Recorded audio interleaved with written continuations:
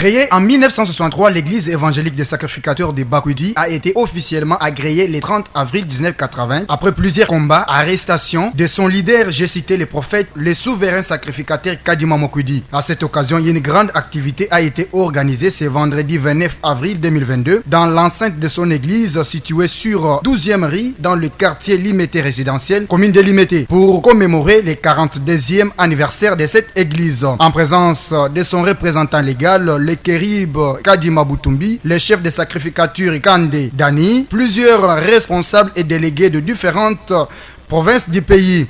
L'activité a connu une marée humaine des fidèles de cette église. Pour Mwakwidi Kabeya Chipidiji, l'orateur du jour est l'un des disciples du prophète Kadima. C'est avec une joie immense que nous commémorons cet anniversaire, étant donné que ça n'a pas été facile, car nous avions résisté contre toute forme de combat. Le fils de Dieu Kadima a été arrêté plusieurs fois et nous avions déposé le dossier de l'agrément de l'église pour ne pas trouver la réponse favorable. Jusqu'à 1980 où nous étions autorisés d'exercer nos activités comme une association sans but lucratif Asbel. Kabeya Chipidiji a par ailleurs demandé que tous les fidèles de cette église travaillent main dans la main pour la réédification de l'église ou bien la réforme de ces patrimoines légués par le prophète Kadima. Pour ceux qui ont quitté délibérément, Mwakwidi Kabeya a laissé entendre qu'ils vont rentrer d'eux-mêmes car ils savent l'importance de rester dans les principes établis et légué par Kadima Mokoudi. L'évangile des sacrificateurs né par la révélation de Dieu à Kadima en 1963 a demeuré comme une église par inspiration, mais elle est devenue une association sans but lucratif le 30 avril 1980. Avant ce temps, il y a eu un temps dur, un temps fort, qui était la suspension et la suppression de toutes les confessions religieuses qui n'avaient pas de personnalité juridique.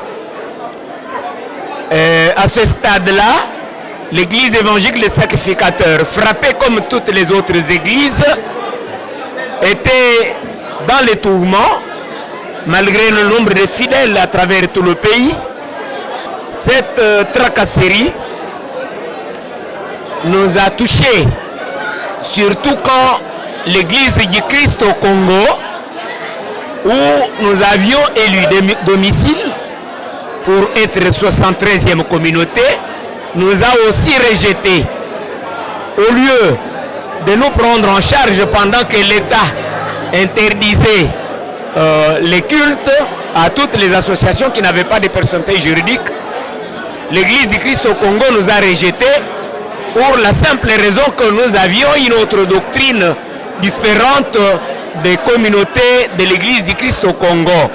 Parce que l'église des sacrificateurs prône la parole de Dieu révélée en Kadima, le Mwakwidi. Et ça a été un moment de souffrance de partout parce que il y a eu les endroits où on avait arrêté les sacrificateurs, il y a les endroits où on leur interdisait de prier. J'ai eu en ce moment-là, comme secrétaire général adjoint, et comme le secrétaire général avait été déchu, je faisais le secrétaire général, je sillonnais presque toutes les sacrificatures. J'étais à Kisangani, où j'étais chassé par une lettre du maire de la ville, que je devenais une personne non ingrata, du fait qu'il y a eu beaucoup de conversions à cette tournée. Il y a eu une rébellion. Et cette rébellion ne définit pas le message d'un envoyé de Dieu, parce que lui-même a dit restez main dans la main. Il n'a pas prévu un chiisme quelque part, il le dit même dans son message. Tous ces gens qui sont partis reviendront un jour à la raison, parce que l'Église ne les a pas chassés. Il est impérieux de noter que plusieurs témoignages du message du prophète Kadima a été donné et la prière de clôture a été dite par le sacré chef Kande Dani.